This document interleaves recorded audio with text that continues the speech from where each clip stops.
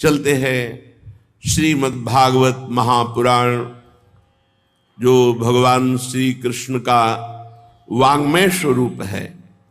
प्रसंग चल रहा है, भगवान ब्रह्मा जी सृष्टि रचना में देखा कि सफलता प्राप्त नहीं हो रही, तो एकदम क्रोध आ गया,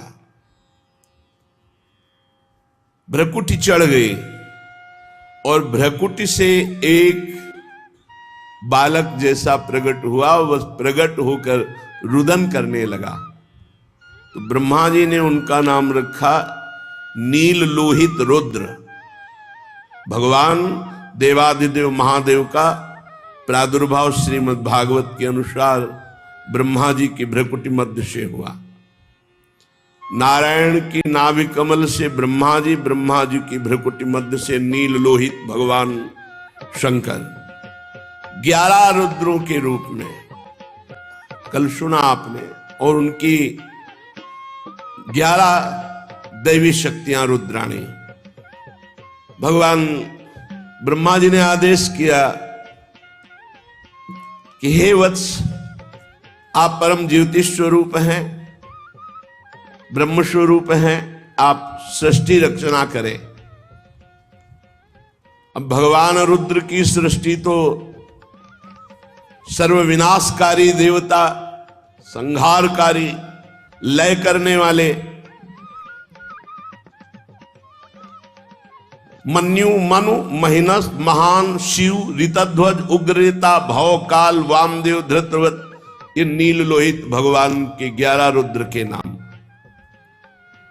और धी वृत्ति उष्णा उमा नियुत सर्पी इला अंबिका इरावती सुधा दीक्षा, ये 11 रुद्राणियां। अब जो सृष्टि की वो बड़ी भयानक थी, सबका नाश करने वाली। रुद्र भगवान की ऐसी सृष्टि है, ये तो सब नष्ट कर देंगे। काहे सर्वांतर्यामी ज्योतिष स्वरूप देवाधिदेव, आप तपस्या करो, बंद कर दो सृष्टि।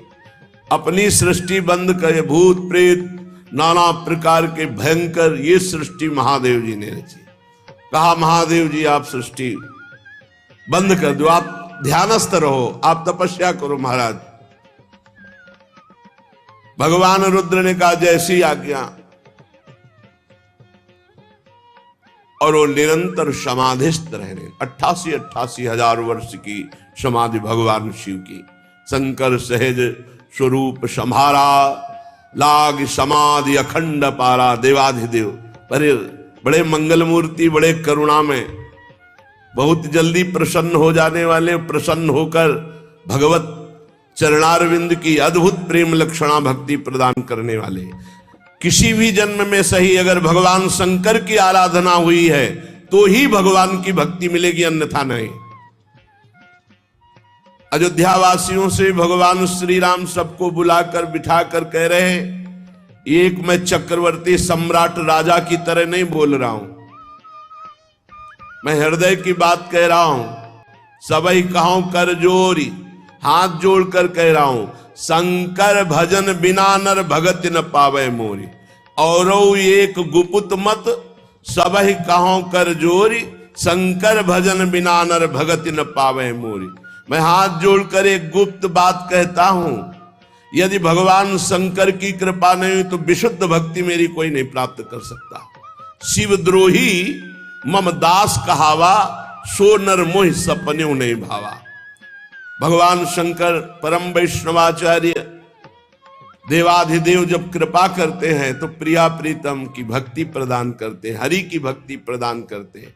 अपने को उन्हीं की कृपा कटाक्ष से प्राप्त हुआ है, अपने जानते भी नहीं थे क्या है वृंदावन, क्या है प्रिया प्रीतम। उन्हीं ने नरसिंह मेहता को सीधे रास में भगवान शंकर ने, पूज्य राधा बाबा बाल्यावस्था में भगवान शंकर की आराधना, उसका फल अंतिम जीवन के पलों में राधा राधा राधा राधा राधा। जा पर कृपा न करहि पुरारी, सो न पाव मुनि भगति हमारी। जिस पर भगवान शंकर कृपा नहीं करते वो भगवान की विशुद्ध भक्ति प्राप्त नहीं कर सकता। अगर इस जन्म में प्राप्त है और भगवान शंकर की आराधना नहीं की तो किसी जन्म में बनी है भगवान शिव की आराधना।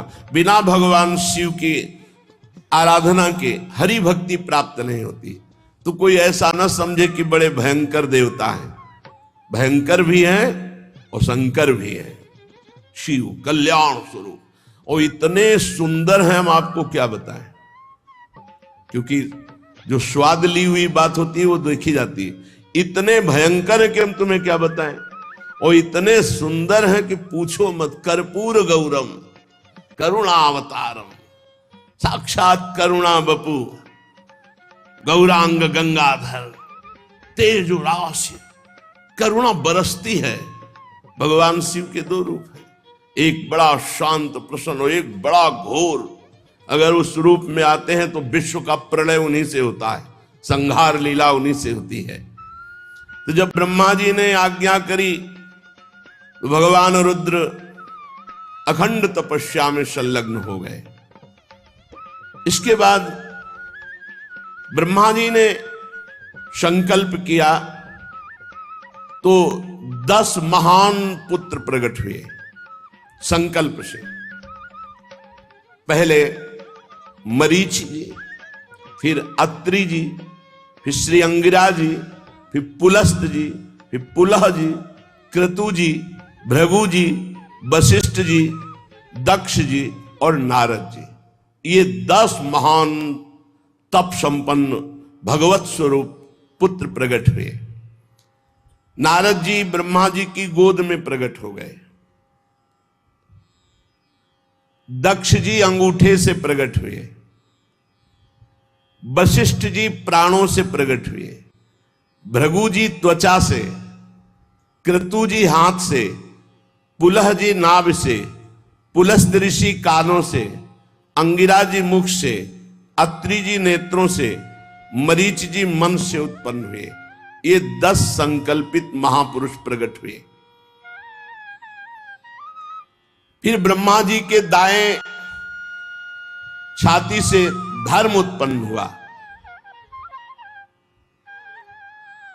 जिनसे मूर्तिमान भगवान नर नारायण प्रकट हुए, धर्म के पुत्र नर नारायण। और पीठ से अधर्म का जन्म हुआ, उससे संसार को महाभय प्रदान करने वाला मृत्यु प्रकट हुआ अधर्म से।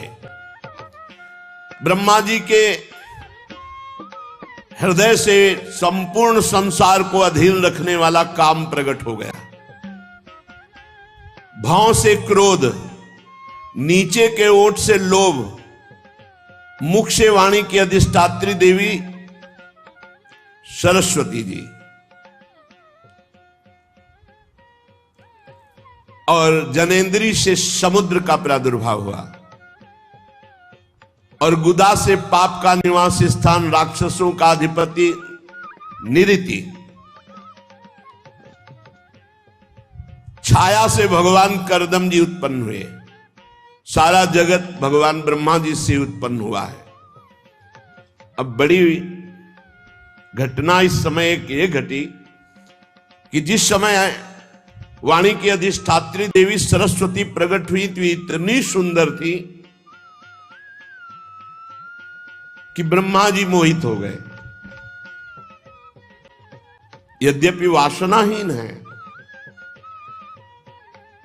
पर सृष्टि उत्पन्न करनी, इसलिए ऐसा संयोग ब्रह्मा जी की बुद्धि लड़खड़ा गई।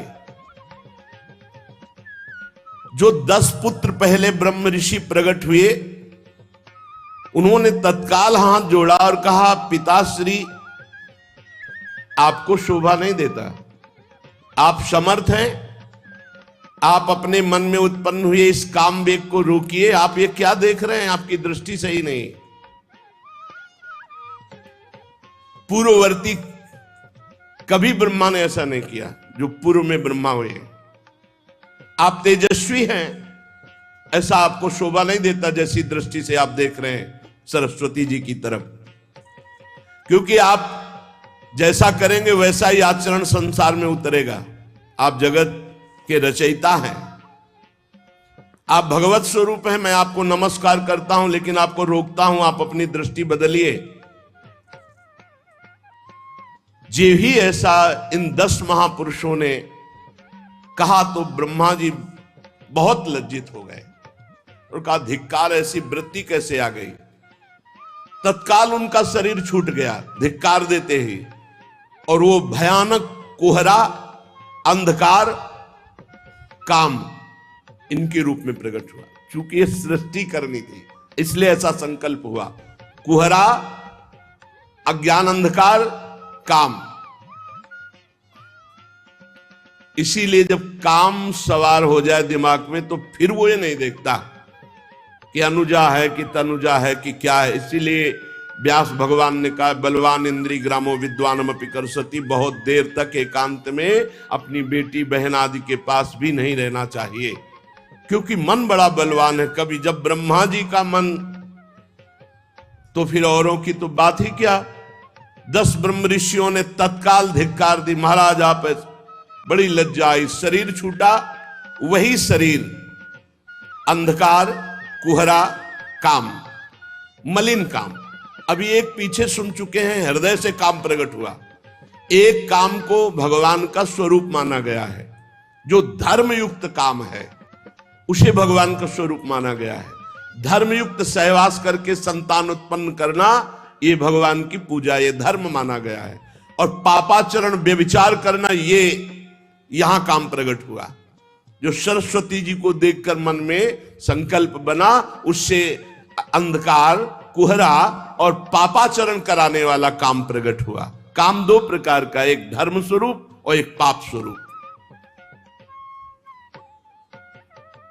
ब्रह्मा जी जो ही वो शरीर छूटा, नया शरीर धारण किया, क्योंकि तेजो में भगवत स्वरूप है। उसी समय ब्रह्मा जी के 4 मुखों से 4 वेदों का प्रादुर्भाव हुआ। उपवेद, न्याय शास्त्र, होता, उद्गाता, अध्वर्यु, ब्रह्मा, इन 4 ऋत्विजों के साथ कर्म, यज्ञों का विस्तार, धर्म के 4 चरण, 4 आश्रम, उनकी वृत्तियां, ये सब ब्रह्मा जी के मुख से उत्पन्न हुई। ब्रह्मा जी ने अपने पूर्व, दक्षिण, पश्चिम, उत्तर के मुख से, पूर्व से ऋग्वेद, दक्षिण से यजुर्वेद, पश्चिम से सामवेद और उत्तर के मुख से अथर्ववेद का प्रादुर्भाव किया। ऋग्वेद, यजुर्वेद, सामवेद, अथर्ववेद, 4 वेद प्रकट हुए ब्रह्मा जी के मुख से। फिर क्रम से शास्त्र, होता का कर्म, इज्जा, अधिवर्य का कर्म, स्तुत, स्तोम, उद्गाता का कर्म और प्रायश्चित, ब्रह्मा का कर्म, ये 4 कर्म प्रकट हुए। फिर ब्रह्मा जी के 4 मुखों से आयुर्वेद, चिकित्सा शास्त्र, धनुर्वेद, शस्त्र विद्या, गांधर्व वेद, संगीत विद्या, स्थापत्य वेद, शिल्प विद्या, ये 4 उपवेद प्रकट हुए। ऋग्वेद, यजुर्वेद, सामवेद, अथर्ववेद, 4 वेद, और आयुर्वेद, धनुर्वेद, गांधर्व वेद और स्थापत्य वेद, ये 4 उपवेद प्रकट हुए। फिर सर्वदर्शी भगवान ब्रह्मा ने अपने 4 मुखों से इतिहास, पुराण रूप 5वां वेद प्रकट किया। फिर षोडशी और उक्त, चयन और अग्निष्टोम, आप्तोर्याम और अतिरात्र, वाजपेय और गोशव, ये यज्ञ प्रकट किए। फिर विद्या, दान, तपस्या और सत्य, ये धर्म के 4 चरण हैं। विद्या, दान, तपस्या और सत्य, ये धर्म के 4 चरण प्रकट किए। फिर सावित्रम, प्राजापत्यम च ब्राह्मम चाथ बृहत् तथा वार्ता संचय शालीन शीलोंचो इति वै गृहे,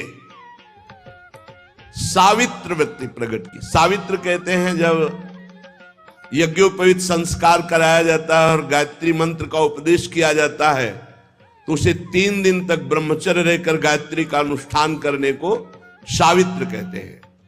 फिर प्राजापत्य, अगर वो आगे बढ़ना चाहता है तो 1 वर्ष का ब्रह्मचर्य और गायत्री अनुष्ठान दिया जाता है। फिर ब्राह्म, वेदाध्ययन की समाप्ति तक, जब तक पाणि ग्रहण न हो तब तक अखंड ब्रह्मचर्य, गायत्री अनुष्ठान और वेदों का स्वाध्याय है, इसे ब्राह्म।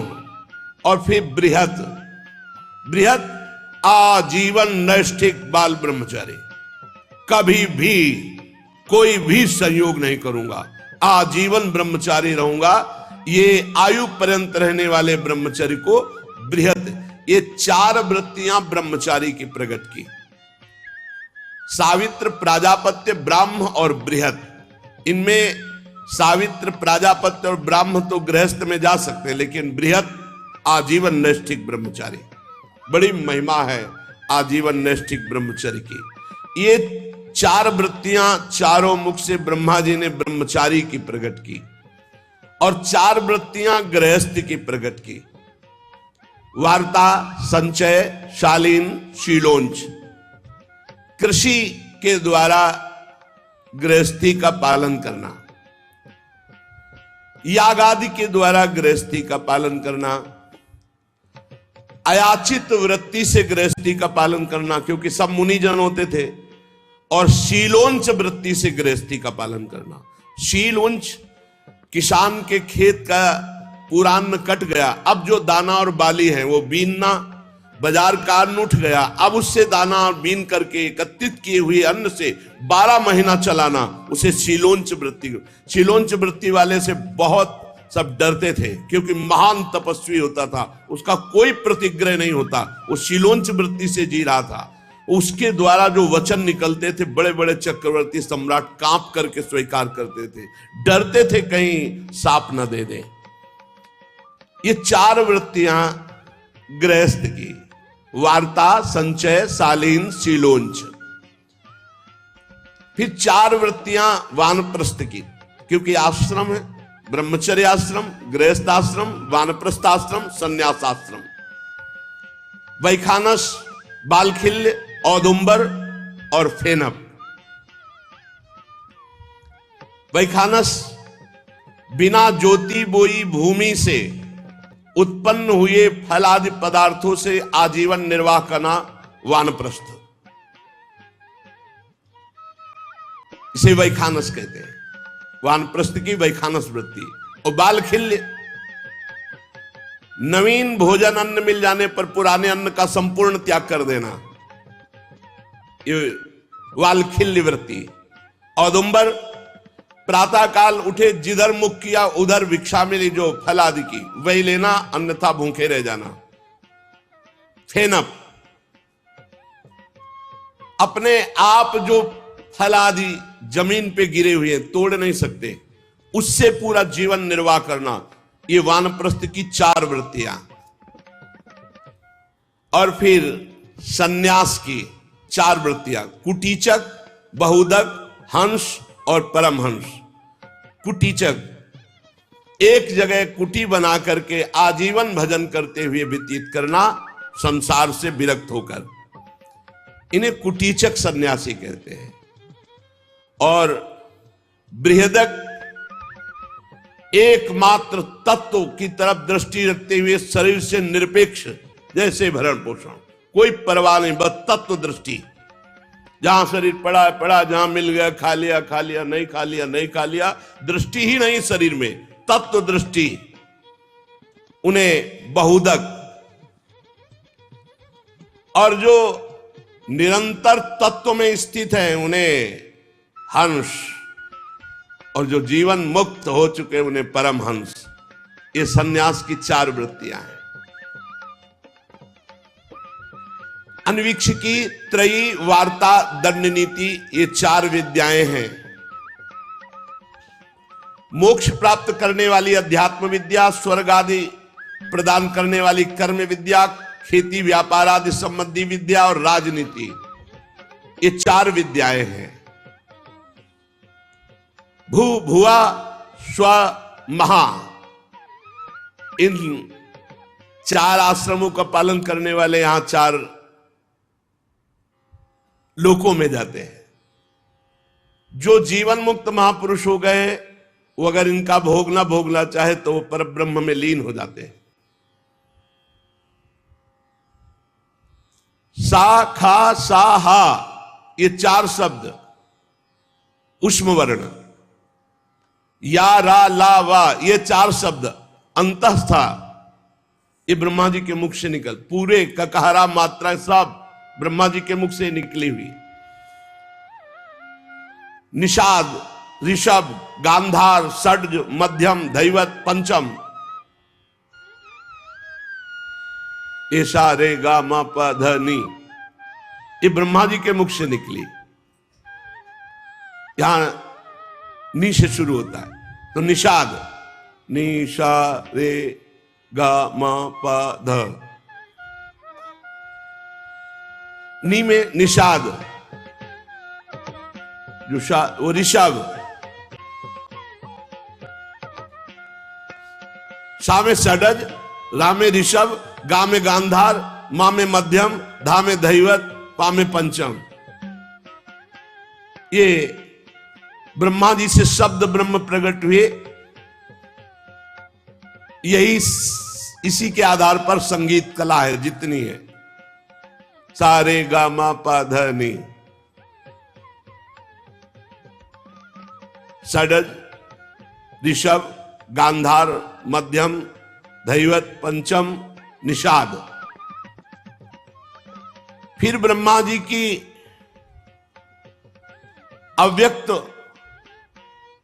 एक वाणी प्रकट हुई, ओम आ उ मा ओम। ये परिपूर्ण ब्रह्म स्वरूप है। यही सब मंत्रों का अधिष्ठाता है। जो ब्रह्म प्राप्ति के हैं सब में प्रणव, यही इसके उच्चारण में आ उ मा। ओ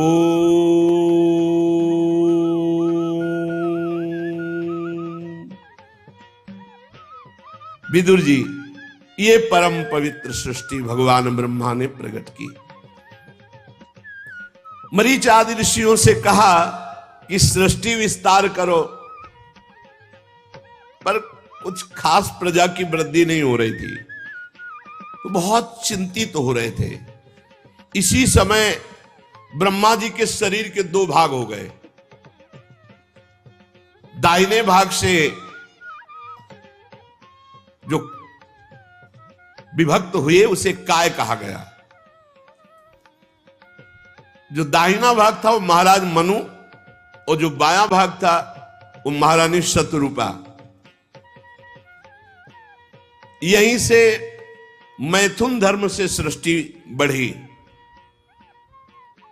महाराज स्वयंभू मनु शतरूपा से 5 संतानें उत्पन्न की, 2 पुत्र 3 कन्या।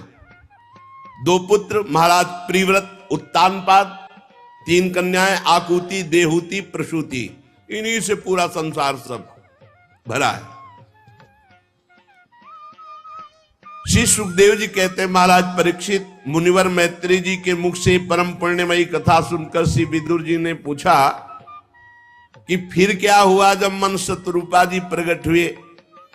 विदुर जी ने कहा, स्वयंभू ब्रह्मा जी के प्रिय पुत्र महाराज मनु ने अपनी प्रिय पत्नी शतरूपा को प्राप्त करके ब्रह्मा जी की आज्ञा हुई सृष्टि बढ़ाओ।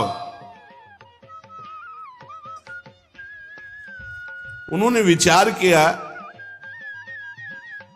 कि सृष्टि जल में तो बढ़ेगी नहीं, यहां तो सब जल ही जल है, सृष्टि कैसे बढ़ेगी।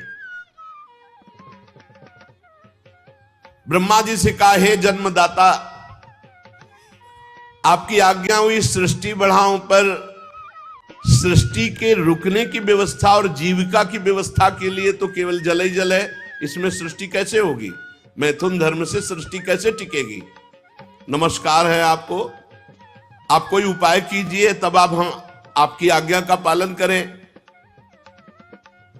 ब्रह्मा जी ने कहा, तुम दोनों का परम कल्याण हो, मैं बहुत प्रसन्न हूं, क्योंकि जो पुत्र अपने पिता से कहता है कि मैं आपकी आज्ञा का पालन करूंगा। इससे बड़ी पितृ भक्ति और कोई नहीं हो सकती, जो अपनी पिता की आज्ञा का पालन करता है।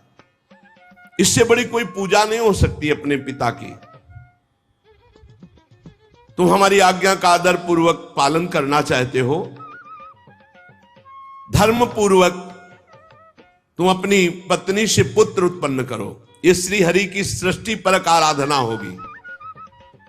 इसीलिए जो लोग गृहस्थ कहते हैं कि हम तो गृहस्थ हैं, हमसे नहीं, तुम्हारी भी आराधना है। जैसे निवृत्ति परक भजनानंदी महात्मा साधन भजन समाधि के द्वारा भगवान को प्राप्त करता है, ऐसे आप संतान उत्पन्न करते हुए, संतान का धर्म पूर्वक पालन करते हुए, भगवान नाम जप करते हुए आप गृहस्थी से भगवान को प्राप्त करेंगे। देखो यहां कह रहे हैं ये श्री हरि की आराधना है। बड़ी सेवा होगी यदि तुम हमारी प्रजा वृद्धि की आज्ञा का पालन करोगे।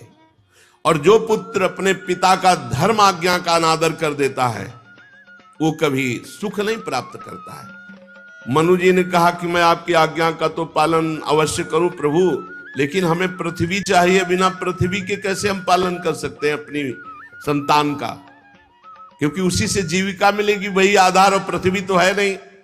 और वो रसातल में डूबी हुई है, जब पहली प्रलय हुई थी तब से अथाह जल में पृथ्वी डूबी हुई है। ब्रह्मा जी ने विचार किया ये तो बात सत्य है, अगर पृथ्वी नहीं आई तो मनुष्य रूपा जी की संतान कैसे पलेगी, कैसे जीविका चलेगी, कैसे आगे सृष्टि चलेगी।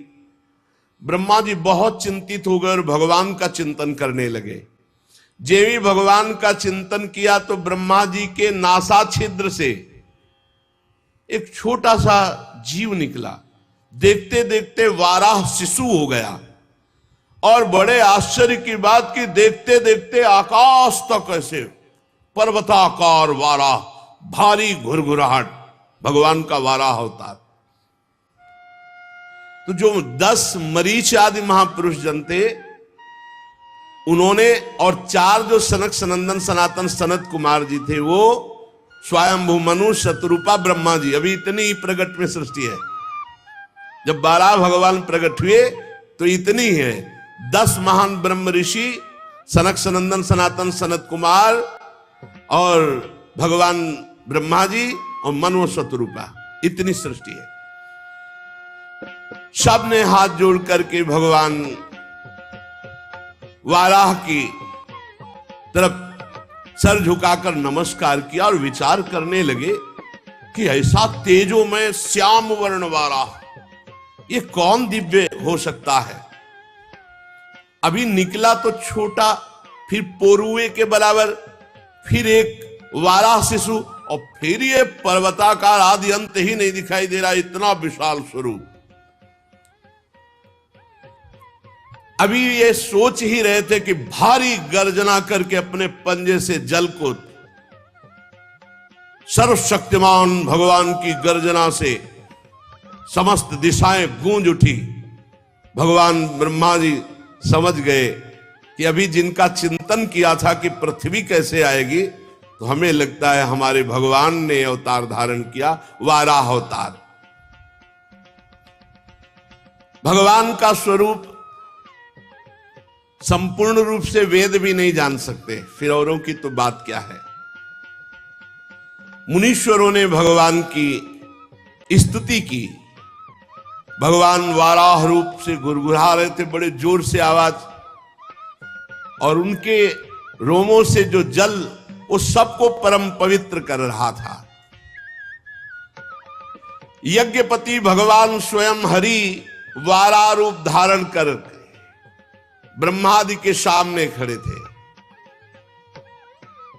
बड़े सौम्य भाव से मुनियों ने भगवान को प्रणाम किया। भगवान जब घुरघुराते तो ऐसा लगता था कि वज्रपात हो रहा, इतनी जोर की गड़गड़ाहट भीषण। और जब पंजे मारते तो ऐसा मानो ज्वार भाटा आ रहा है समुद्र में, विशाल काय वाराह रूप। समुद्र मानो पुकारने लगा, हे यज्ञेश्वर मेरी रक्षा करो प्रभु, मैं आपका ये प्रहार नहीं सह सकता। यज्ञ मूर्ति भगवान अपने पैरे खुनों से जल को चीरते हुए जलराशि के उस पार पहुंचे, फिर रसातल पहुंचे। वहां देखा पृथ्वी विराजमान है। जल में डूबी हुई प्रलयंकार, जब प्रलय हुआ था उस समय के जल से डूबी हुई पृथ्वी वही थी रसातल में। भगवान ने अपनी दाढ़ों पर संपूर्ण पृथ्वी को उठाया और ऊपर की तरफ जल चीरते हुए आए। बड़ी शोभा हो रही थी, लेकिन बड़ा विघ्न हो गया। जब प्रभु पृथ्वी को लेकर के ऊपर की तरफ आ रहे थे तो महापराक्रमी हिरणाक्ष ये जल के भीतर ही भगवान पर गदा से प्रहार कर दिया, और ये प्रकट होते ही अपने वीर योद्धा को खोज रहे थे। कोई वीर योद्धा मिले जो मेरी भुजाओं की खुजलाहट मिटाए। हिरणाक्ष, आगे प्रसंग आएगा कि बीच में कहां से आ गया हिरणाक्ष। उस समय भगवान ने पृथ्वी को तो दाढ़ पे संभाल के रखा, और लीला से ही थोड़ी देर युद्ध की लीला करते हुए, जैसे मतवाला जो सिंह है वो गजराज के बच्चे को मार डाले। उल्टा थप्पड़ मारा था हिरणाक्ष के, उल्टा ऐसे थप्पड़, बस उतने में ही प्राण पखेरु, महाबलशाली। जैसे गजराज अपने दांतों पर कमल पुष्प धारण करे हो, ऐसे ही बहुत पूरी पृथ्वी को, ऐसा कोई भार नहीं लग रहा वारा भगवान को, बाहर जल से निकाल के लाए। तमाल के समान नीलवर्ण वाला भगवान को जब देखा पृथ्वी लेकर आते हुए, ब्रह्मा मरीच आदि को निश्चय हो गया कि ये स्वयं भगवान श्री हरि है। तब हाथ जोड़कर भगवान की स्तुति करने लगे। ऋषियों ने कहा, हे भगवान अजित आपकी जय हो, जय हो।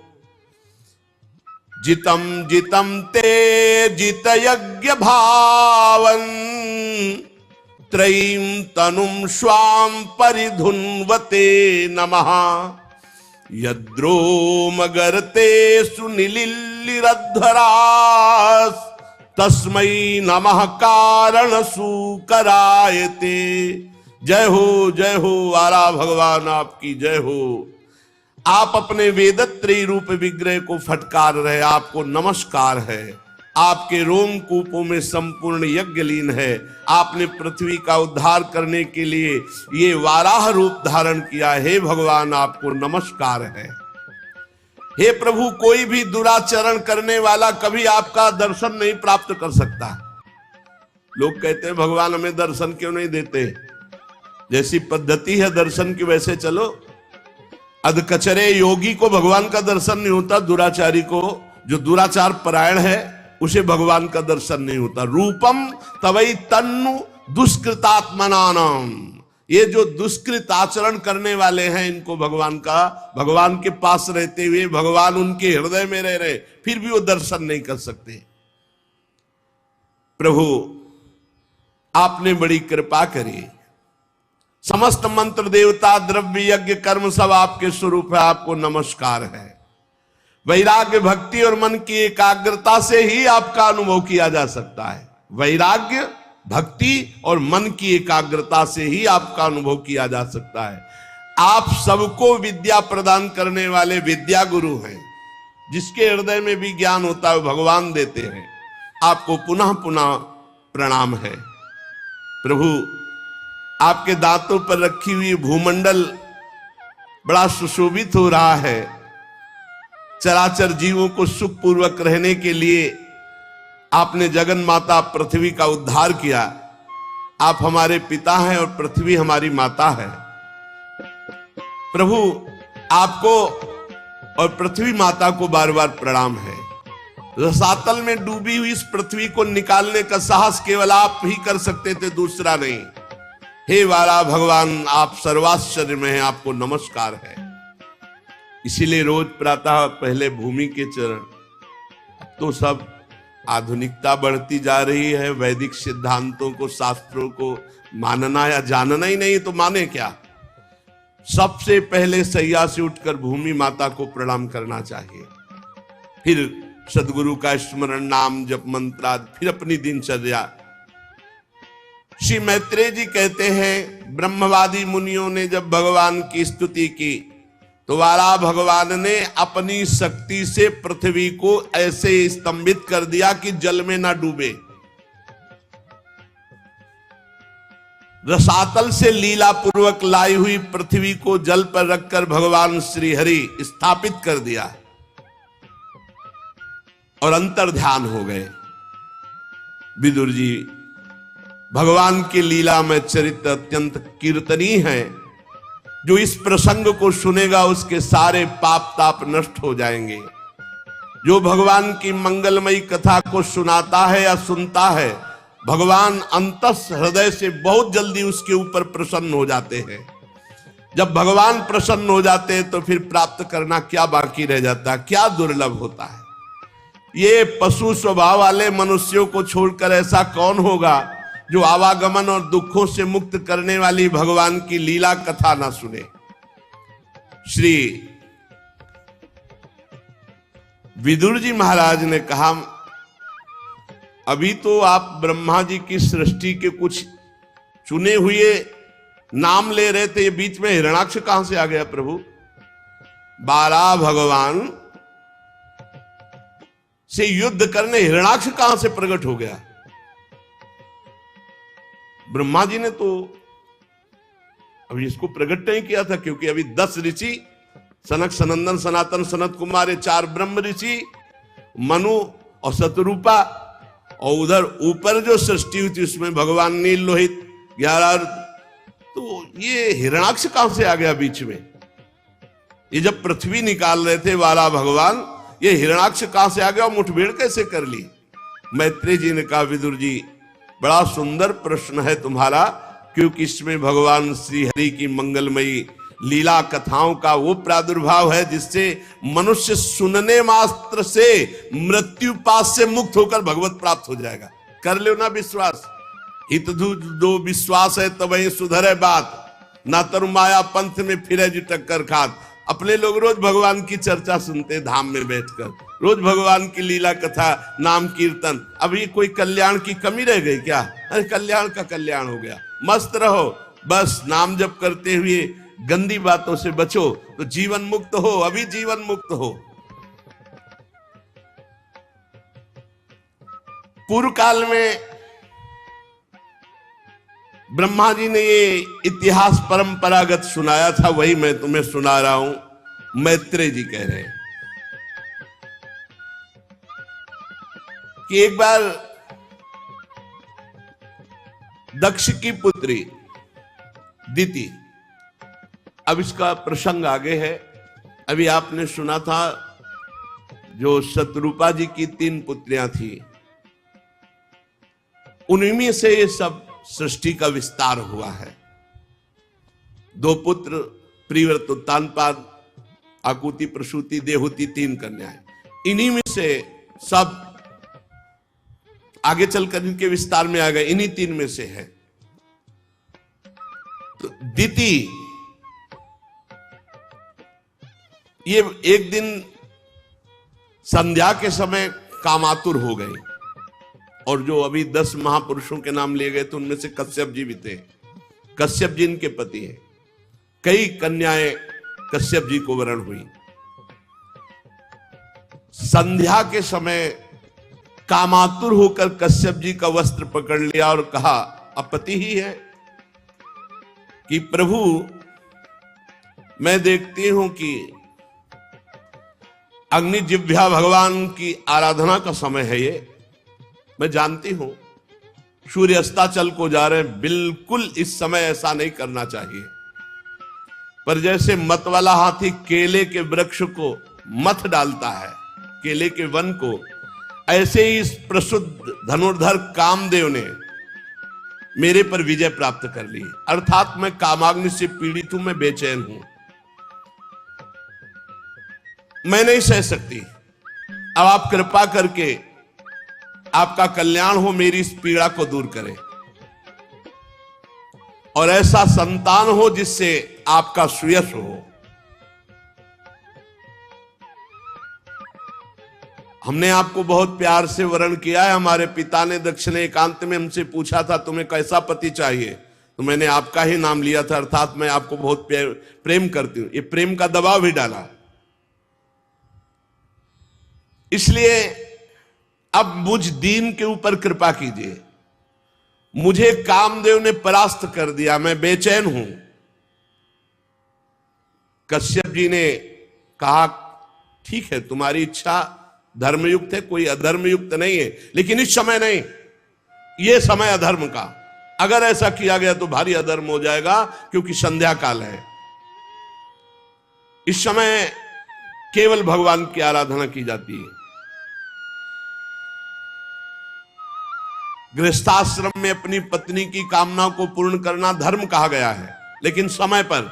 यह समय संध्या काल का है, इस समय नहीं। इंद्रिय रूपी शत्रु से जो परास्त होकर धर्म का उल्लंघन करता है, उसका पतन हो जाता है, नाश हो जाता है।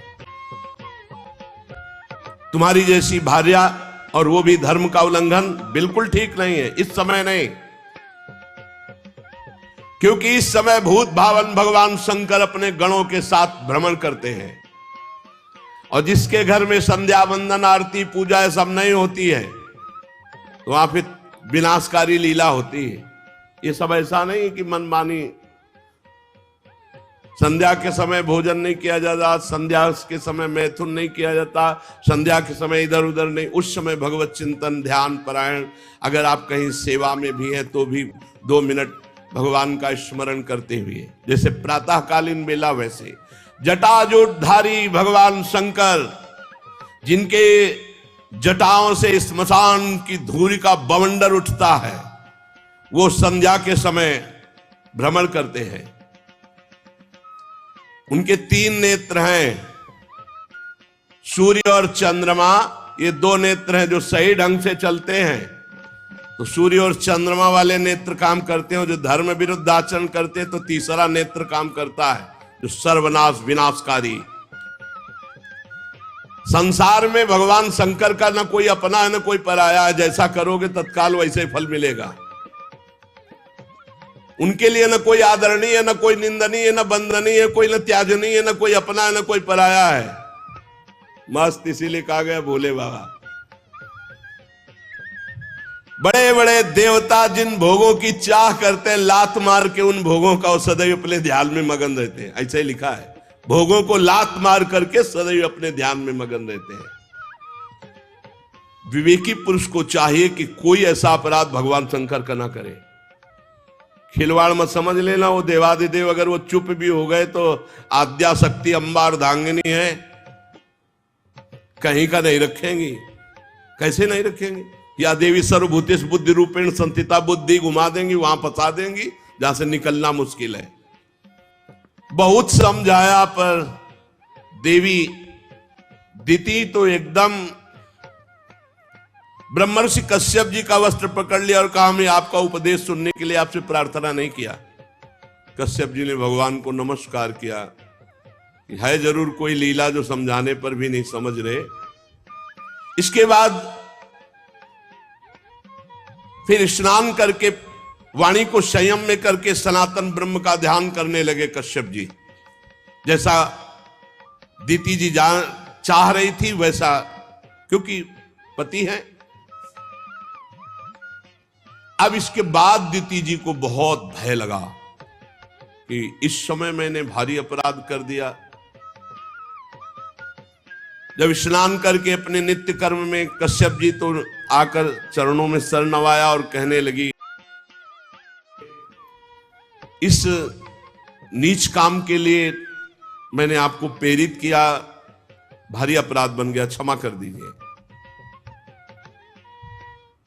आप कह रहे थे भगवान शिव समय विचरण करते हैं तो क्या मेरे गर्भ को नष्ट कर देंगे? वो कुछ उपाय कीजिए, देवादिदेव महादेव मेरे गर्भ को नष्ट ना करें। क्योंकि जो दुष्टता भगवान शिव को पसंद नहीं हो, अगर वो करता है तो वो क्रोध मूर्ति भी है, फिर वो नष्ट कर देते हैं। प्रजापति आप बड़े कृपालु हैं, आप मुझ पर कृपा कीजिए और चरणों में गिर पड़े दीदी जी। चुप रहे। संध्या वंदन जप अनुष्ठान पूरा करने के बाद कश्यप जी ने कहा, बहुत समझाने पर भी तुम्हारा चित्त काम वासना से मलिन था, इसलिए तुमने हमारी बात नहीं मानी और हमें भी अवहेलना करने के लिए ऐसे कार्य पर मजबूर किया। इसलिए अमंगलमयी देवी, तुम्हारी कोख से विश्व का अमंगल करने वाले पुत्र पैदा होंगे, जो बार बार लोक और लोकपालों सहित अपने अत्याचार से पूरे भूमंडल को रुला देंगे। ऐसे पुत्र पैदा होंगे, क्योंकि संध्या के समय तुमने गर्भ धारण किया है। उनके ऐसे स्वभाव होंगे जो निरपराध दीन प्राणियों पर अत्याचार करेंगे, भगवत भक्तों पर अत्याचार करेंगे, स्त्री गौओं पर अत्याचार करेंगे। कांप गई, उनकी तो संभावना ही नहीं थी ऐसी। दीति जी कांप गई, पैर पकड़ लिया, प्रभु कृपा करो, ऐसे पुत्र नहीं होने चाहिए। तो उनका ऐसा अत्याचार देखकर जगदीश्वर भगवान श्री हरि स्वयं अवतार लेंगे और उनका वध करेंगे। तब दीति ने मुस्कुरा दिया, फिर तो ठीक है, फिर तो ठीक है। यदि भगवान के द्वारा हमारे पुत्रों का उद्धार होगा फिर तो ठीक है, फिर तो जैसे हो। दीति ने कहा, प्रभु अब मैं आपसे प्रार्थना नहीं करूंगी, ठीक है, ऐसे ही पुत्र हो। जब भगवान श्री हरि स्वयं मारेंगे फिर मुझे कोई परवाह नहीं, मेरे पुत्रों का परम मंगल होगा। कश्यप जी ने कहा, देवी मैं देख रहा हूं तुम्हें पश्चाताप हुआ, शोक हुआ। भगवान शंकर का तुम आदर करती हो, मेरा भी आदर करती हो, भगवान हरि से तो तुम बहुत प्रसन्न हो। इसलिए मैं एक वरदान देता हूं, तुम्हारे एक पुत्र के 4 पुत्रों में एक ऐसा पुत्र होगा पूरा विश्व नमन करेगा। हिरण्यकश्यप पुत्र प्रहलाद, एक ऐसा पुत्र होगा विश्व नमन करेगा। सत्पुरुष संत जन उसका आदर करेंगे, बड़े बड़े प्रेमी संत जन उसके यश का गान करेंगे। जिस पर खोटे सोने को बार बार तपाकर शुद्ध किया जाता है, उसी प्रकार अनुकरण करने के लिए, भक्ति का अनुकरण करने के लिए तुम्हारे पौत्र को आदर्श माना जाएगा। प्रहलाद जी सब भक्तों में श्रेष्ठ है, इतनी कम अवस्था में इतनी ऊंची स्थिति भक्ति की, इसीलिए सबसे पहले प्रहलाद, नारद, पराशर, पुंडरीक, पहले प्रहलाद जी का नाम। साधु जन तुम्हारे पौत्र की प्रशंसा करेंगे और स्वयं भगवान तुम्हारे पौत्र के लिए अवतार धारण करेंगे। भगवान ही तो नरसिंह रूप में आकर हिरण्यकश्यप, दीति बहुत प्रसन्न हुई। देखो ये होता है महापुरुषों का सानिध्य। उनके पति महापुरुष हैं, कश्यप जी बड़े भजनानंदी महापुरुष हैं। उसी का प्रभाव है कि गलत कार्य तो हो गया और परिणाम भी गलत आया, लेकिन बड़ा मंगल हो गया, सुधार हो गया। भगवान के द्वारा उनके पुत्रों को मारा जाएगा और पौत्र भगवान का महान भक्त होगा। बड़ा आनंद हुआ दीति को सुनकर। 2 बातें, कि हमारा पौत्र भगवान का भक्त होगा और हमारे पुत्र भगवान के हाथ से मारे जाएंगे।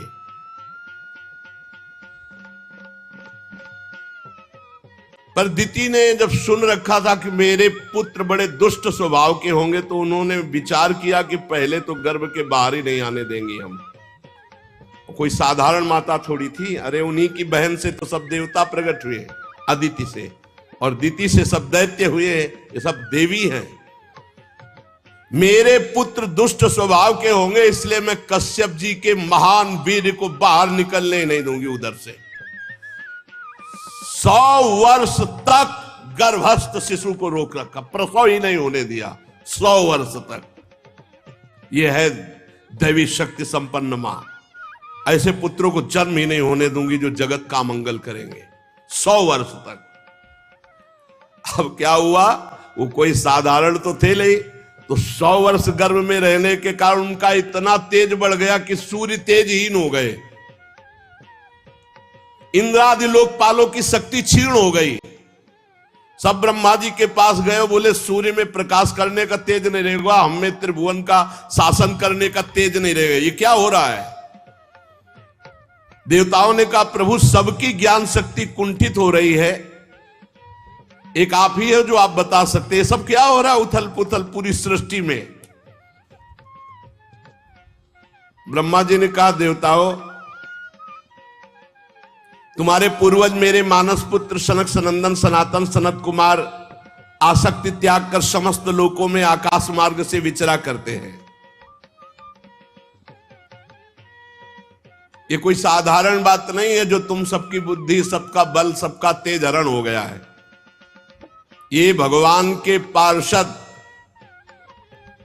दिति के गर्भ में, तो दिति ने अपने गर्भ को रोक लिया कि अनिष्टकारी पुत्रों को जन्म नहीं होने देंगी, तो उनके तेज से सबका तेज नष्ट हो रहा है। तो आखिरकार कश्यप जी के वीर से जो गर्भस्थ हैं वो हैं कौन।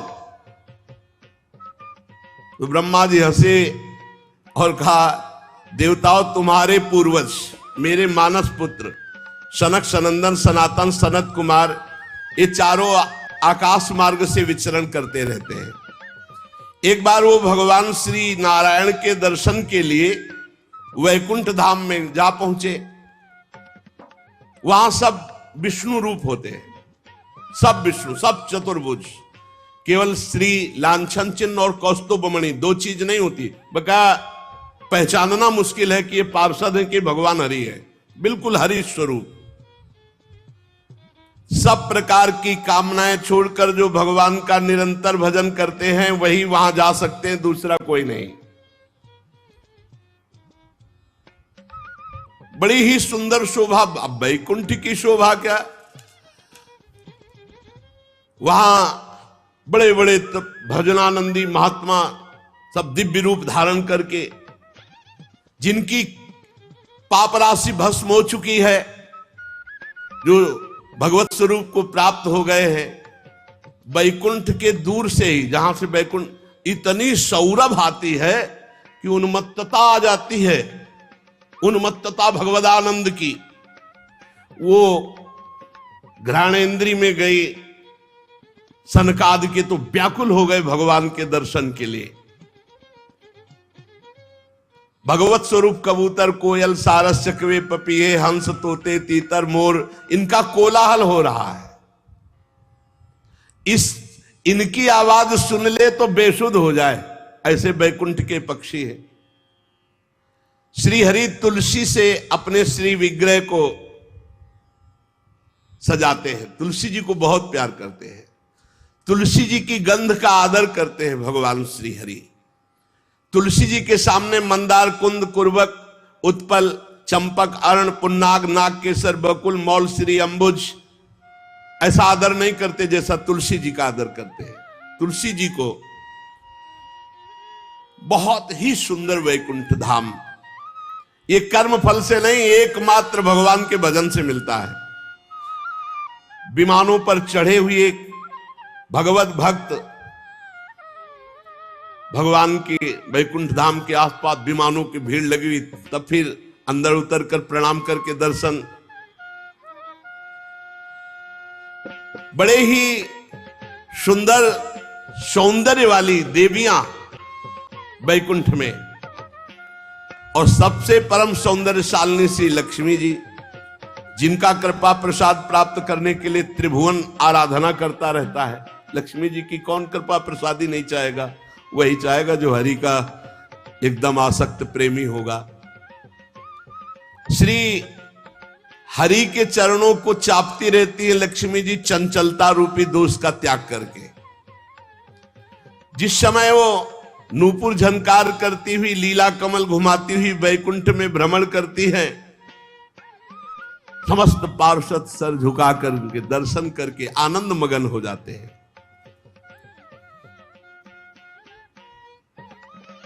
जो लोग भगवान की पापहारिणी लीला कथाओं को सुनते हैं, कभी भूल से भी काम संबंधी प्रपंच चर्चा नहीं सुनते और नाम जप करते हैं, भगवान को जीवन अर्पित करते हैं, वही वैकुंठ लोक जाते हैं। बड़े अभागे हैं जो लोग संसार की बातों में मन लगाते हैं, भगवान की कथा नहीं सुनते। उनके सारे पुण्य नष्ट हो जाते हैं, वो घोर नरकों में जाते हैं जो संसार की चर्चा सुनते हैं। इस मनुष्य योनि की बड़ी महिमा है। हम ब्रह्मादि भी चाहते हैं कि अगर हमें मनुष्य शरीर मिल जाए तो हम खूब भगवान का भजन करके सीधे वैकुंठ जाएं, भगवान के धाम। और हम वृंदावनवासी तो वैकुंठ भी नहीं चाहते। इस प्रकार भगवान की जो आराधना करते, नहीं चाहते ब्रजवासी वैकुंठ। आप देखो, जब यहां अपना कन्हैया है ना, तो वहां बहुत दूर वाला है, वो ईश्वर बैठा हुआ है, उसके पार्षद सब। ब्रजवासी जनों ने कहा, कन्हैया सुनते तुम भगवान हो? बोले हाँ है। तो बोले नंद बाबा जब वहां गए ना वरुण जी के, वहां बताया कि बड़े बड़े देवता तुम्हारी लंबी दंडवत कर रहे थे, भगवान भगवान कह रहे थे, तुम भगवान हो? बोले जब कह रहे थे वो तो मान लो क्या है। बोले हम तब जाने जब भगवान हो। तुम्हारा वैकुंठ कैसा है दिखाओ, काहे को तुम वैकुंठ की बात करो? बोले नहीं, अगर भगवान हो तो तुम दिखाओ ना। अब सखा को तो अपने प्राण प्यारे कन्हैया सखा हो, तो भगवत भाव, ऐश्वर्य भाव, विस्मृत सखा भाव में ठाकुर जी ने कहा, जो ब्रह्म हृदय यमुना जी जहां क्रूर जी को दर्शन दिए, स्नान करो। जी डुबकी लगाई, पहुंच गए वैकुंठ। अब देखा वो भगवान के पार्षदों का स्वरूप और भगवान का वैभव देखा कि मेरा कन्हैया कहीं नहीं, कोई पूछे ना वहां। अरे तुरंत उब गए, बोले कन्हैया मुझे वैकुंठ नहीं चाहिए, मुझे जल्दी वापस बुलाओ। तो हाथ पकड़ के उठा लिया। बोले अरे कन्हैया भूल के कभी वैकुंठ मत भेजना मुझे, मुझे मेरा कन्हैया चाहिए। वहां देखा भगवान श्री कृष्ण को ही, श्री कृष्ण को ही देखा, पर वहां नजदीक नहीं जाने दे रहे थे। भगवान का वैभव, वैकुंठ धाम का वैभव। कहा मुझे ऐसा वैकुंठ नहीं चाहिए जहां तुमसे गले में हाथ डालकर बात न कर सके। अरे इतने बड़े बड़े अस्त्र शस्त्र लिए वहां देवता थे जो हमें तुम्हारे पास नहीं, हमें नहीं चाहिए वैकुंठ। और कहीं वृंदावन की शोभा तो शिव श्रीपति यद्यपि ललचाही, मन प्रवेश न हो को लाही। हे रज की तुल वैकुंठ नहीं और लोक की माया। अभी तो धाम प्रकाशित नहीं हुआ ना, चिदानंद तक वृंदावन के आगे, वृंदावन की लता सम कोटि कल्प तरुणाए, रज की तुल वैकुंठ नहीं और लोक की माए। ये धाम में बैठे आप कथा सुन रहे हो ना, अलौकिक चिदानंद, जहां वैकुंठाधिपति भी जिसकी महिमा अपने श्री मुख से गान करते हैं। देवादिदेव भगवान श्री हरि मंद मंद मुस्कुरा रहे हैं, लक्ष्मी जी चरण चाप रहे, सब चतुर्भुज नारायण स्वरूप भगवान के पार्षद तैनात अपनी अपनी सेवा में। अब सनकादि तो विकल ही हो गए थे दर्शन के लिए। जय भगवान के श्री चरणों की तुलसी की गंध आई तो प्रेम विकलता हो गई दर्शन के लिए। बड़े आनंद मगन थे, भगवत दर्शन की प्रबल लालसा थी। 6 ड्योढ़ी पार कर गए और जे इस 7वीं ड्योढ़ी में गए तो हाथ में गदा लिए हुए, समान आयु, महान तेजस्वी, बाजूबंद कुंडल किरीट आभूषणों से अलंकित, अरविंदाक्ष, और सनकादि को देखते ही क्षुभित हो गए। वो वैसे प्रसन्न मुद्रा में थे, ये देखो भगवान की इच्छा, क्षुभित हो गए। और जे भी 7वीं ड्योढ़ी पार करने लगे, सनक सनंदन सनातन सनत कुमार बेत लगा दिया, इनको कोई नहीं रोक सकता। अच्छा वैकुंठ में कौन सा डर था भैया, कि भाई कहीं कुछ अविनाशी भगवान के धाम में कोई ऐसा प्रवेश नहीं कर सकता। और दूसरी बात यह थी कि कुछ मान लो झोला बेग अटैची होती तो होता कि चलो भाई चेक कर लो। वो तो दिगंबर है, लंगोटी भी नहीं भाई, कुछ हाथ में नहीं, दिगंबर। पता नहीं भगवान की प्रेरणा, तो देखते ही क्षुभित हो गए और बेत लगा दिया। चारों कुमार तत्व ज्ञानी थे, ब्रह्म दृष्टि रखने वाले थे, पर फिर भी गुस्सा आ गया। यही बात पकड़ ली है, कर तुम अन्यथा कर तुम सर्व समर्था सा ईश्वरा हरि इच्छा भावी बलवाना हृदय विचारत संभ सुजाना। भगवान की इच्छा काम करती। ब्रह्म दृष्टि तत्व ज्ञानी महापुरुष में क्रोध आ जाना और जय विजय को संशय हो जाना, बेत लगा दे रहे, ये भगवान की इच्छा। हर समय 5 वर्ष की अवस्था के रहते सनक सनंदन सनातन सनत कुमार और दिगंबर रहते और हरिशरणम मुख से निकलता रहता है। द्वारपालों ने बड़ा शील स्वभाव के विपरीत व्यवहार कर दिया। ऐसा द्वारपालों का शील स्वभाव नहीं है, और उन्होंने दुर्व्यवहार कर दिया, रोक दिया, रुक जाओ, बेत लगा दिया। वैसे और जो वैकुंठवासी द्वारपाल थे एकदम सावधान हो गए, ये क्या जय विजय ने ये क्या कर दिया, ऐसे महापुरुषों को क्यों रोक दिया। अब अपने प्रभु के दर्शन के लिए व्याकुल होकर जा रहे थे तो एकदम भ्रकुटी चढ़ गई, लाल लाल आंखें हो गई सनक सनंदन सनातन सनत कुमार की। क्रोध से कहने लगे, अरे द्वारपालो, तुम लोग तो महती सेवा के प्रभाव से इतनी उच्च कोटि की अवस्था को प्राप्त हुए हो, भगवत पार्षद बने हो, तुम सर्वज्ञ हो। जैसे भगवान सर्वज्ञ हो वैसे तुम सर्वज्ञ हो, जैसे भगवान समदर्शी वैसे तुम समदर्शी हो। तुम्हें मेरे में क्या भेद दिखाई दिया, क्या दिखाई दिया जैसे रोक लिया। ये विषमता क्यों, ये स्वभाव में अशांति क्यों, ये विरोध किस लिए। यहां कौन ऐसा आ सकता है जिस पर शंका की जाए। तुम कपट रखते हो, अब क्रोध ही आ गया था, तुम दूसरों पर शंका करते हो। भगवान के उदर में सारा ब्रह्मांड, इसलिए यहां रहने वाले ज्ञानी जन सर्वात्मा श्री हरि से अपना कोई भेद नहीं मानते, बल्कि अंतर्भाव हरि स्वरूप रहते हैं यहां वैकुंठ में। तुम वैकुंठाधिपति के पार्षद हो, देव स्वरूप हो, तुम्हें हम में क्या दिखाई दिया जो रोक दिया। क्या तुम्हें भगवान से कोई भय होने की संभावना हुई कि मेरे द्वारा भगवान के प्रति कोई भय हो जाएगा। तुम बहुत मंद बुद्धि के हो, भारी अपराध कर दिया, अब तुम वैकुंठ में रहने लायक नहीं हो। ये निर्णय भगवान की इच्छा से नहीं बोल नहीं सकते ऐसे। जैसे सनक सनंदन सनातन सनत कुमार अपनी महिमा में, ऐसे जय विजय अपनी महिमा में पाई भर कम नहीं। अतएव तुम्हारे लिए हम दंड विधान करते हैं। भगवान के दास के ऊपर दंड विधान, ये भगवान ही बोल रहे। तुमने अपराध किया, तुम अपनी मंद बुद्धि के कारण भेद बुद्धि की और भगवान के स्वभाव के प्रतिकूल व्यवहार कर दिया, इसलिए जाओ वैकुंठ से तुम्हारा पतन हो जाए और तुम भगवान के विपरीत स्वभाव में जन्म लो। तुम्हारे अंदर काम क्रोध लोभ ये तीनों शत्रु तांडव करे, मैं ऐसा साफ देता हूं। गजब कर दिया। भगवत प्राप्त महापुरुष के हृदय में भी विकार पैदा करने की सामर्थ्य इन महापुरुषों में है। सनकादि के वचन बहुत ही कठोर थे। अरे भगवान से विमुख कर दिया, विलग कर दिया, वैकुंठ से भ्रष्ट कर। इसीलिए कहा है संतों के अपराध से भक्तों के अपराध वैकुंठ से भी गिरा दिया। और कोई ऐसा नहीं जो इनके वचनों को काट सके, त्रिभुवन में कोई ऐसा नहीं।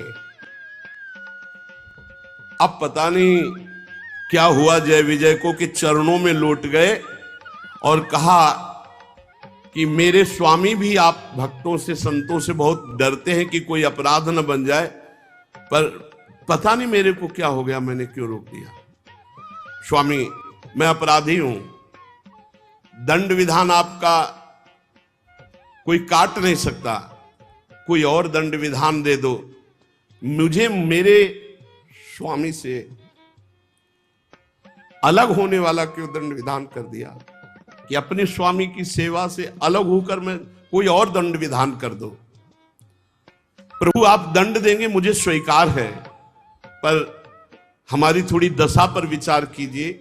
मैं अपने प्रभु को देखकर जीता हूं। अपने प्रभु इनसे विलग कर दिया तो प्रभु थोड़ी देर के लिए मेरे हृदय में आप बैठकर देखिए, आपने प्रभु से विलग कर दिया और उस अधम योनियों में जाने को कहा जहां भगवान की स्मृति ही नहीं होती। आपने कह दिया काम क्रोध लोभ तुम्हारे हृदय में रहे, तो भगवान की स्मृति से भी विमुख कर दिया, भगवान से विमुख कर। इतना बड़ा दंड क्यों? आप और कोई दंड दे देते, आप मुझे और कोई दंड दे देते। विनय ही कर रहे थे कि देखा जय हो भगवत पार्षद कर रहे, और सामने से चंवर डुला रहे जा रहे, छत्र लगा हुआ है, पुष्प के पावड़े पर रहे, अखिल लोक चूड़ामणि भगवान श्री हरि पधार रहे। द्वारपालों ने सनकादि के चरण पकड़ रखे थे। जब भगवान की दृष्टि पड़ी, भगवान स्वयं अपने श्री चरणों से चलकर आ रहे थे।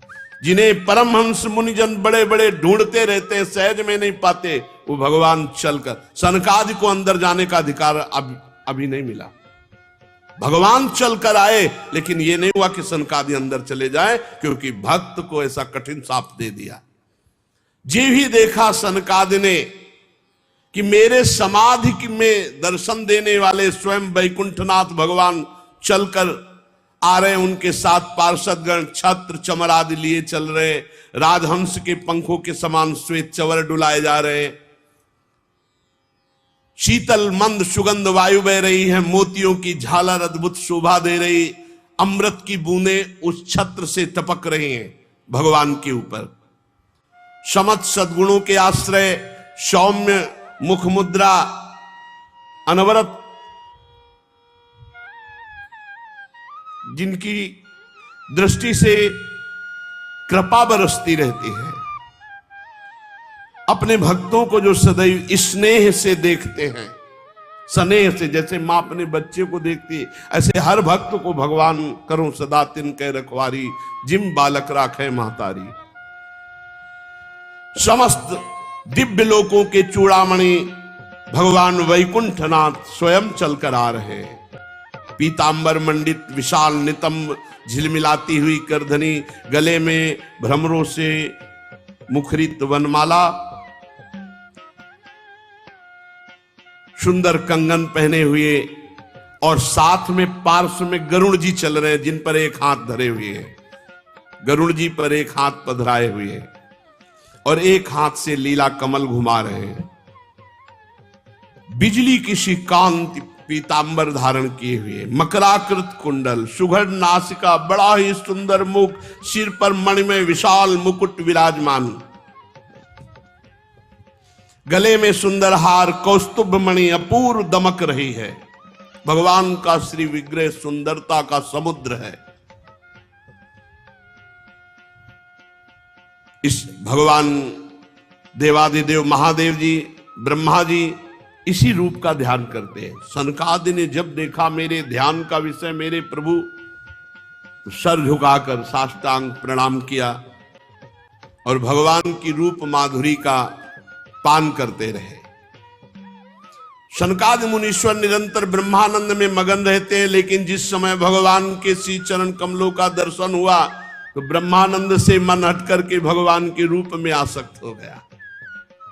भगवान का मुख नील कमल की कांति वाला, बड़े ही लाल लाल अधर और कुंदकली के समान दंत पंक्ति, बड़ी झांकी सुंदर जो कृत्य कर दे, और भगवान के पद्मराग के समान लाल लाल नखों से सुशोभित उनके चरणारविंद, जो ध्यान करने वाले मुनियों के ध्यान का विषय,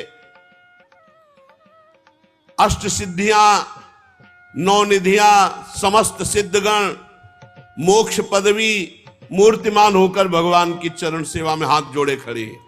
मोक्ष पदवी, अष्ट सिद्धियां, नौ निधियां, सब सनकादि मुनियों ने प्रणाम करके कहा, अंतर्यामी रूप से यद्यपि आप दुष्ट चित्त के हृदय में भी रहते हैं, पर वो आपकी दृष्टि से ओझल कभी आपको देख नहीं सकते। बड़े बड़े भक्तजन भाव रूपी नेत्रों से आपका ध्यान करते हैं तो आप ध्यान का नहीं, आज तो मैं साक्षात आपको सामने देख रहा हूं। प्रभु, मैंने श्रवण रंध्रों से आपकी रूप शोभा सुनी थी, पर आज देखा है नेत्र भरकर पान तो आज हम कर रहे हैं। भगवान, आप तो साक्षात परम तत्व हैं। इस समय आप हम सबको आनंदित करने के लिए आप पधारे हैं। आपकी कृपा दृष्टि के बिना कोई आपको नहीं देख सकता। प्रभु, आपका सुयश अत्यंत कीर्तनीय है, जो सांसारिक दुखों की निवृत्ति करता है। हम आपके चरणों की शरण में रहने वाले हैं, आपकी कथा के रसिक हैं, आपका नाम जप करते हैं हरिशरणम, और आपकी कथा सुनते हैं। प्रभु, मुझे और कुछ कोई पद कोई सुख नहीं चाहिए, बस मेरा चित्त भौरा बनकर आपके चरण कमलों में ही घूमता रहे, बस यही मैं चाहता हूं। हे विपुल कीर्ति प्रभु, ये जो आपने रूप प्रकट किया है, हम पर बड़ी कृपा की। अजितेंद्रीय पुरुष तो कभी भावना भी नहीं कर सकता आपके रूप की। मैं बार बार प्रणाम करता हूं। सनकादि ने साष्टांग पुनः दंडवत किया। श्री ब्रह्मा जी ने कहा, देवगण जब योगनिष्ठ सनकादि मुनियों ने इस प्रकार स्तुति की, तब वैकुंठाधिपति भगवान श्री हरि बोले, मुनिगण, बहुत ध्यान देने योग्य बात है। ये मेरे हैं जय विजय, मेरे पार्षद, मेरे दास हैं। जो मेरे हैं, अगर उनके द्वारा अपराध हो जाता है तो मैं अपना ही अपराध मानता हूं। सनकादि को अपना नहीं का ध्यान देने बात है। ये भगवान की दासता और सेवा का पक्ष है। किसी भी बात में अगर कोई ऐसी त्रुटि हो जाती है, अपराध बन जाता है, तो हमारे स्वामी जन अवगुण प्रभु मान न काओ, दीन बंधु अति मृदुल स्वभाव। बहुत प्रवीणता, भगवान तो प्रवीणता के समुद्र है। ये जय विजय मेरे पार्षद हैं।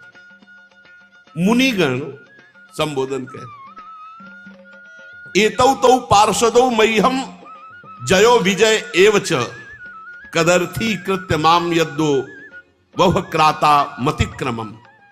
हे मुनिगण, मुनिगण सनकादि को संबोधन, ये जय विजय मेरे पार्षद है, मेरे दास है। आपका अपराध किया,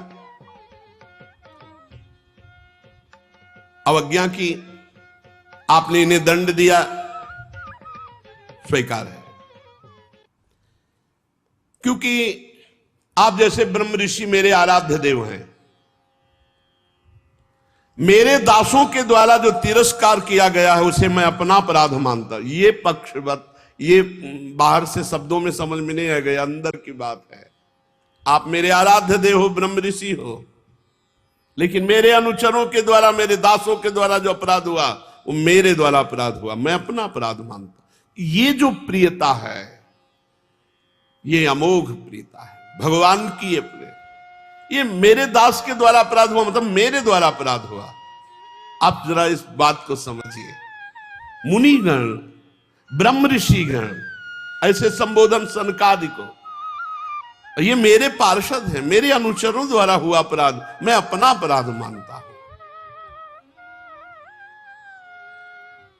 मैं अपना किया हुआ अपराध मानता हूं, मैं नहीं किया ऐसा। मैं आपसे प्रसन्नता की भीख मांगता हूं।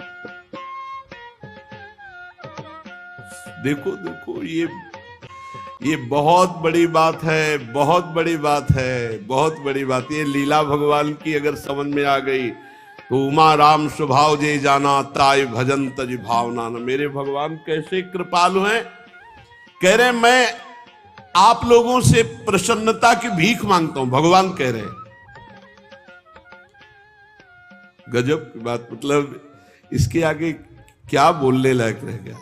तद्वः प्रसादयाम यद्य ब्रह्म दैवम परम ही में। मैं आपसे प्रसन्नता की भिक्षा मांगता हूं इनके लिए। क्या? सेवकों के अपराध करने पर संसार में उनके स्वामी का नाम होता है, स्वामी का नाम लिया जाता है। इसलिए सेवक का अपराध मानो स्वामी का अपराध, इसलिए मैं आप प्रसन्न हो जाए आपसे भिक्षा मांगता हूं।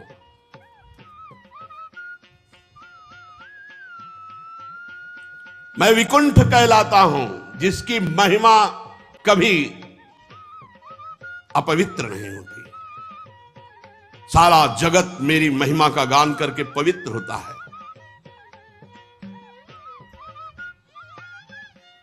जो कोई आप जैसे महात्माओं का अपराध कर दे तो मेरी भुजा ही क्यों ना हो, मैं उसे तुरंत काट डालूंगा। दोनों बातों को समझिएगा। अरे आप जैसे महात्माओं की सेवा करने से, आप जैसे महात्माओं की चरण रज से पवित्रता प्राप्त होती, सारे पाप तत्काल नष्ट होते हैं। उसको ऐसा सुंदर स्वभाव मिलता है कि वो मुझे प्राप्त कर लेता है। देखो ना, मैं उदासीन रहता हूं लेकिन लक्ष्मी एक क्षण के लिए भी मुझे नहीं छोड़ती। क्यों? इन्हीं लक्ष्मी का कृपा कटाक्ष प्राप्त करने के लिए ब्रह्मादि देवता बड़े बड़े नियमों और व्रतों का पालन करते हैं। जो मुझे अपने कर्म समर्पित कर देते हैं या आत्मसमर्पण कर देते हैं, ऐसों को अगर भोजन पवाया जाए तो एक एक ग्रास पर जो सुंदर पकवान भोजन, तो जैसा मैं वहां तृप्त होता हूं ऐसा यज्ञ से तृप्त नहीं होता। जो कर्म फल समर्पित किए हुए, मुझे समर्पित किए हुए मेरे भक्त हैं, मेरे भक्तों को जब कोई पवाता है तो एक एक ग्रास पर मैं वैसा प्रसन्न होता हूं जैसा किसी यज्ञ करने से प्रसन्न नहीं होता। योग माया मेरे अधीन है। मैं अखंड असीम ऐश्वर्य का स्वामी हूं। मेरा ही चरणोदक गंगा जी हैं।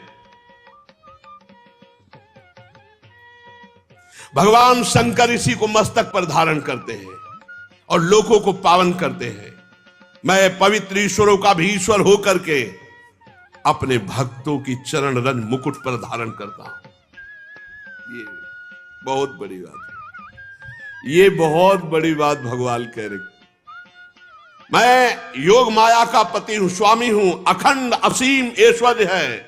मेरा चरणोदक ही गंगा जी, और जिस गंगा जी को स्वयं महादेव जी मस्तक पर धारण करते हैं और समस्त लोगों को पावन करते हैं, ऐसा मैं परमेश्वर होकर भी अपने भक्तों की चरण रज अपने मुकुट पर धारण करता हूं।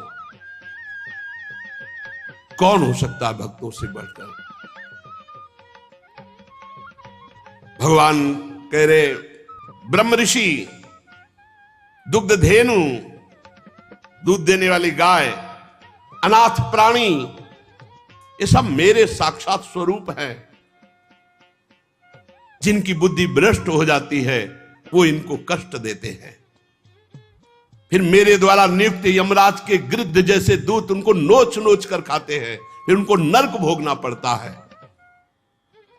अगर कोई भक्त का कटु भाषण से भी तिरस्कार कर दे तो मैं बर्दाश्त नहीं कर सकता। कटु भाषण से भी तिरस्कार कर दे तो मैं बर्दाश्त नहीं करता।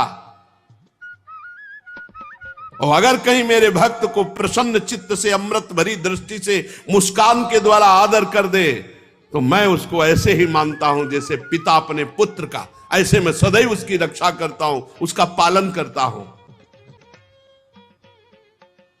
जो मेरे भक्त की अशांति भरी वार्ता, अब क्रोध में भक्त नाराज हो रहा है और खूब, लेकिन वो हाथ जोड़कर ही बात करता है, आप शांत हो जाइए, और प्रसन्न कर लेता है तो वो मुझे अधीन कर लेता है। भगवान का भक्त मान लो आपसे नाराज, पर आप हाथ जोड़े खड़े, बस आप क्षमा कीजिए, आप प्रसन्न हो जाइए, आप शांत हो जाइए, तो वो मुझे अधीन कर लेता है। मैं अनुरोध करता हूं आपसे कि आपने जो क्रोधित होकर मेरे सेवकों को श्राप दिया, ये अनुरूप ही है, क्योंकि उन्होंने आपके साथ अपराध किया, रोक दिया।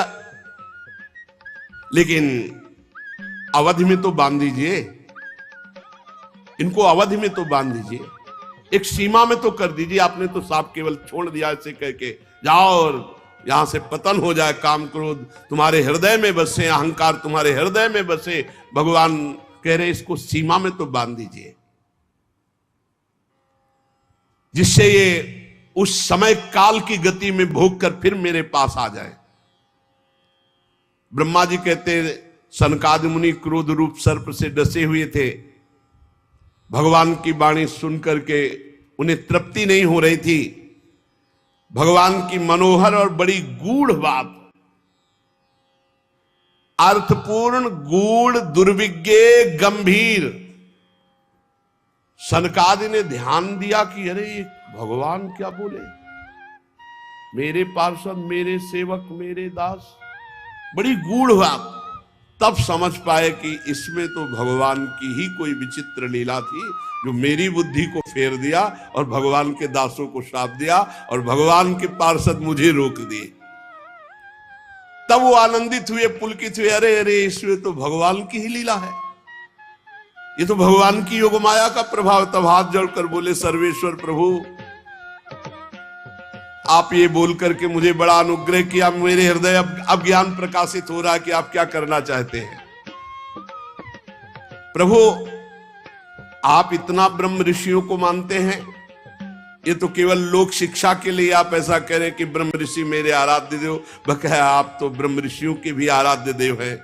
हे सनातन प्रभु, ये सनातन धर्म आपसे ही प्रकट हुआ है, आप सनातन धर्म की रक्षा के लिए अवतार ग्रहण करते हैं।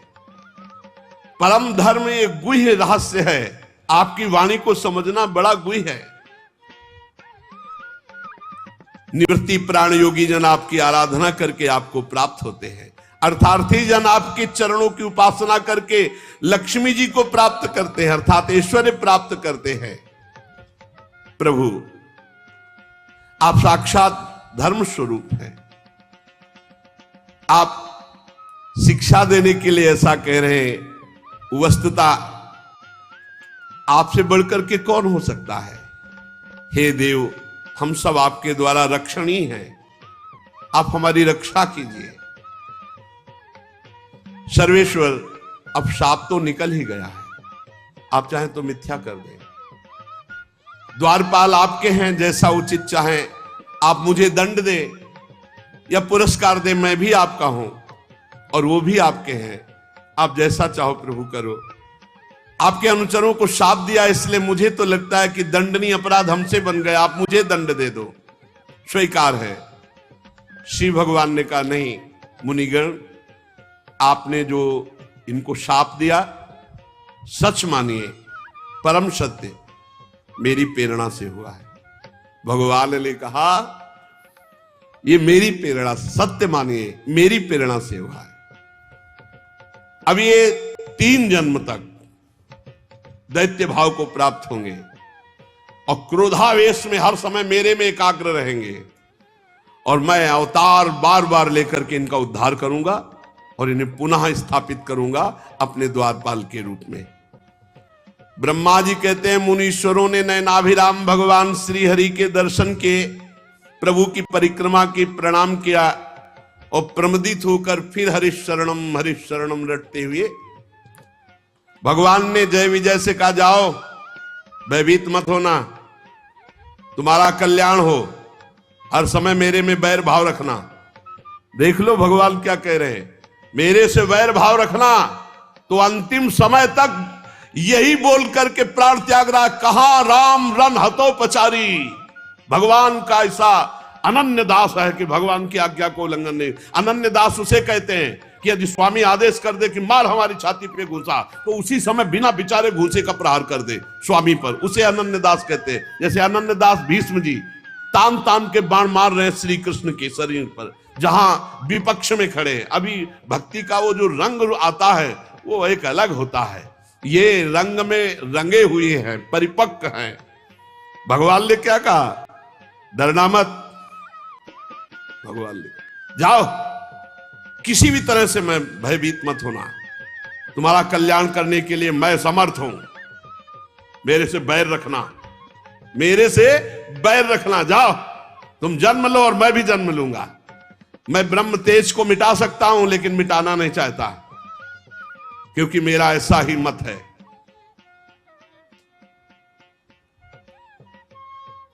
और ये एक बार जब मैं योग निद्रा में स्थित था तो लक्ष्मी जी प्रवेश कर रही थी, तो तुमने रोकने की चेष्टा की थी, उसी का दंड यहां मिला है तुम्हें।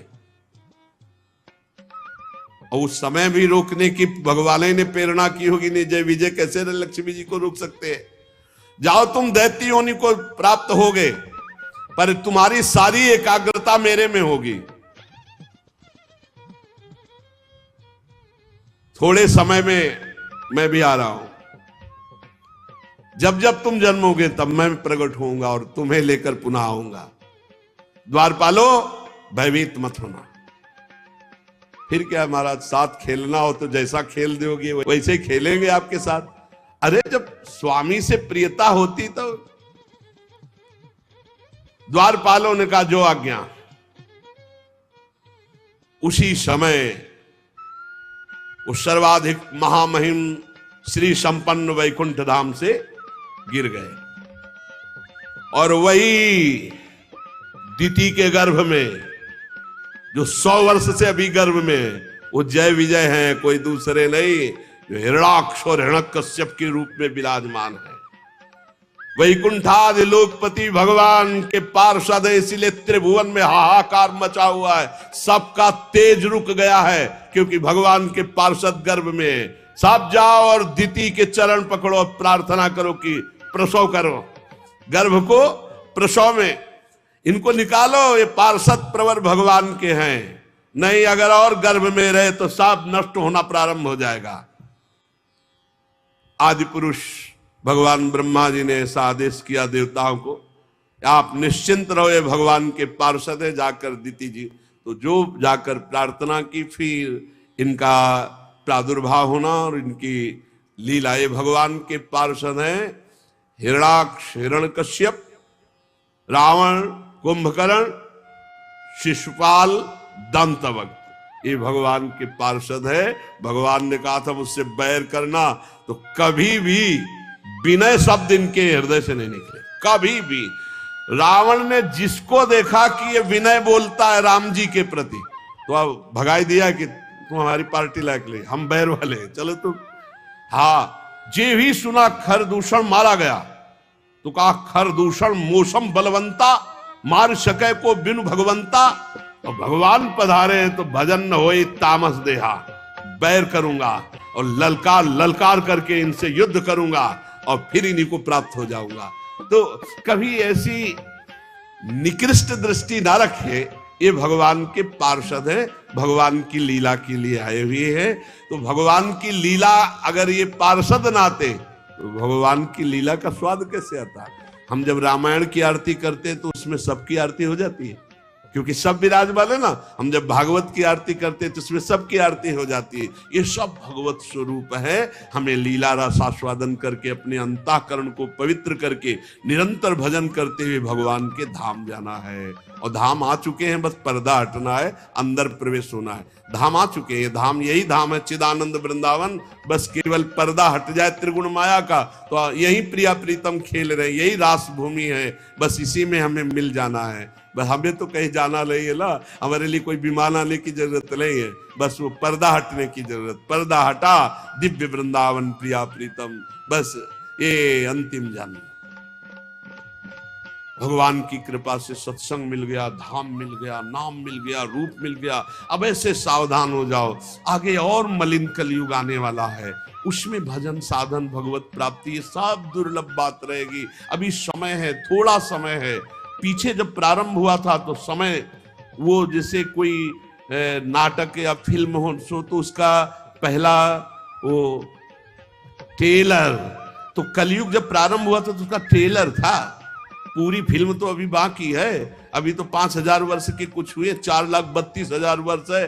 कहीं स्वाहा स्वधा राम कृष्ण हरि धर्म का नाम नहीं रह जाएगा, आगे जैसे जैसे बढ़ेगा। इसलिए इसी जन्म में भगवत प्राप्ति कर लो, पता नहीं आगे जैसा हमने 40-45 वर्ष पीछे साधन शैली देखी वैसी अब नहीं रह गई। आगे आप देख लेना, अब मोबाइल शैली रह गई है, आगे जो शैली आएगी वो और कुछ शैली होगी। जो संतों में पीछे भजन की वृत्तियां देखी वो होंगे संत जन, अब बहुत कम दिखाई देते हैं। अब जो आगे समय आएगा तो और कम संत जो शुद्ध भगवत प्राप्ति का मार्ग, ऐसा हम नहीं कहते कि अभी, लेकिन ऐसा होगा कि फिर आगे सतमार्ग लुप्त हो जाएगा। सदग्रंथों के अनुसार साधना करके सिद्ध हुए महापुरुषों का मिलना बहुत कठिन हो जाएगा, तो भगवत मार्ग बड़ा कठिन हो जाएगा। इसलिए इसी जन्म में अंतिम जन्म बना दो कि अब हमारा जन्म मरण कलयुग में ना हो, खूब नाम जप करते हुए भगवान को प्राप्त हो। शेष चर्चा आगे। श्री राधा वल्लभ लाल की।